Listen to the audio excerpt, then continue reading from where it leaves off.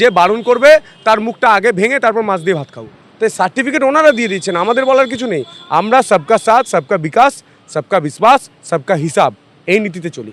বলা আছে, প্রকাশ্যে বলা আছে। আমি প্রথম দিন জিতেই বলেছিলাম, ভায়োলেন্স যে করবে তাকে তার ঘর হবে না, তার ঘর স্ত্রী ঘরে হবে। এখানে নেতাদের কিছু বলার নেই। আপনারা দেখতে পাচ্ছেন আগের নেতারা বলতো এটা করতে হবে, এটা করতে হবে, এরকম কিছু দেখতে পাবেন না। এমনকি আমার তারকেশ্বরে ভোট জেতার পর সেখানকার তৃণমূলের হিরো প্রার্থী তিনি গিয়ে থানায় তাণ্ডব করেছেন, আমি ভিডিও দেখলাম, ভিডিও সোশ্যাল মিডিয়ায় ঘুরছে।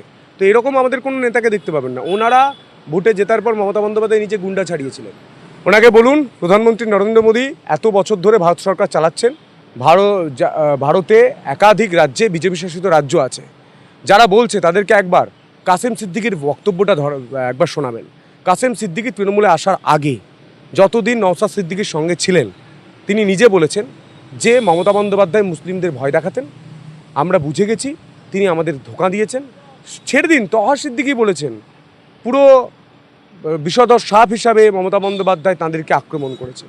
তাই সার্টিফিকেট ওনারা দিয়ে দিচ্ছেন, আমাদের বলার কিছু নেই। আমরা সবকা সাথ, সবকা বিকাশ, সবকা বিশ্বাস, সবকা হিসাব, এই নীতিতে চলি।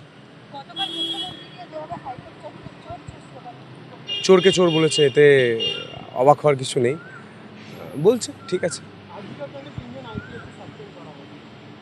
হ্যাঁ, যারা জড়িত আইন মেনে চলবে। এখানে নেতাদের কিছু বলার নেই। আপনারা দেখতে পাচ্ছেন আগের নেতারা বলতো এটা করতে হবে, এটা করতে হবে, এরকম কিছু দেখতে পাবেন না। এমনকি আমার তারকেশ্বরে ভোট জেতার পর সেখানকার তৃণমূলের হিরো প্রার্থী তিনি গিয়ে থানায় তাণ্ডব করেছেন, আমি ভিডিও দেখলাম, ভিডিও সোশ্যাল মিডিয়ায় ঘুরছে। তো এরকম আমাদের কোনো নেতাকে দেখতে পাবেন না। ওনারা ভোটে জেতার পর মমতা বন্দ্যোপাধ্যায় নিচে গুন্ডা ছাড়িয়েছিলেন। তো এখানে এইটা চলবে না। যে আইন মানবে না, যে সরকারকে মানবে না, যে নিয়ম মানবে না, তার বিরুদ্ধে ব্যবস্থা হবে। রাজনৈতিকভাবে আপনি সমালোচনা করবেন, বিরোধিতা করবেন, কিন্তু দিনের শেষে আপনি একজন গোটা দেশের নাগরিক। আপনাকে নাগরিক কর্তব্য এবং নাগরিক যে সংবিধান রয়েছে সেই সংবিধান মেনে আপনাকে চলতে হবে। আপনার ন্যারেটিভের জন্য শুনুন না, হ্যাঁ, আপনার ন্যারেটিভের জন্য আপনি করেছেন। আমরা প্রত্যেকেই মাছ মাংস গুজরাট দিল্লি সব জায়গায় চলে, এখানেও চলছে, চলবে। যে বারণ করবে তার মুখটা আগে ভেঙে তারপর মাছ দিয়ে ভাত খাবো। বলে দিয়েছি কি করব। আগে হাসপাতাল, তারকেশ্বর করিডোর, তার সঙ্গে রেলগেটের সমস্যার সমাধান, ছেলে মেয়ের চাকরি থেকে শিক্ষা, মেয়েদের সুরক্ষা, আলু ধানের দাম, ভালো হাসপাতাল আগেই বলে দিয়েছি, আর নাগরিক পরিষেবা।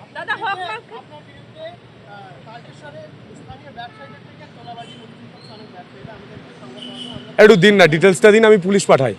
পুলিশ পাঠিয়ে কে তোলা তুলে নিয়ে এসছে তাকে অ্যারেস্ট করায়, আমাদের বলা আছে। মুখে বলবেন না, ডিটেলস দিন, আমরা অ্যারেস্ট করাবো। আমি অন ক্যামেরা বলে গেছি, বলা আছে, প্রকাশ্যে বলা আছে। আমি প্রথম দিন জিতেই বলেছিলাম, ভায়োলেন্স যে করবে তাকে তার ঘর হবে না, তার ঘর স্ত্রী ঘরে হবে। আমি গাড়ির উপরে উঠে বলেছিলাম, ভিডিও দেখেছিলেন। তোলাবাজি যে করবে তার ঘর হবে না, স্ত্রী ঘরে হবে। তোলাবাজি, গুন্ডাগিরি, মাতলামি এগুলো চলবে না। যেমন সুষ্ঠুভাবে থাকবে, যদি একদম ভালো ভদ্রভাবে থাকেন তাহলে সেই ট্রিটমেন্ট পাবেন।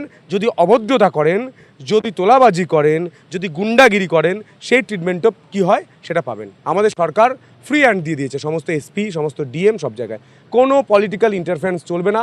যেখানে অন্যায় হবে সেখানেই অ্যারেস্ট হবে। একাধিক রাজ্যে বিজেপি শাসিত রাজ্য আছে। যারা বলছে তাদেরকে একবার কাসেম সিদ্দিকির বক্তব্যটা একবার শোনাবেন। কাসেম সিদ্দিকি তৃণমূলে আসার আগে যতদিন নওশাদ সিদ্দিকির সঙ্গে ছিলেন, তিনি নিজে বলেছেন যে মমতা বন্দ্যোপাধ্যায় মুসলিমদের ভয় দেখাতেন, আমরা বুঝে গেছি তিনি আমাদের ধোঁকা দিয়েছেন।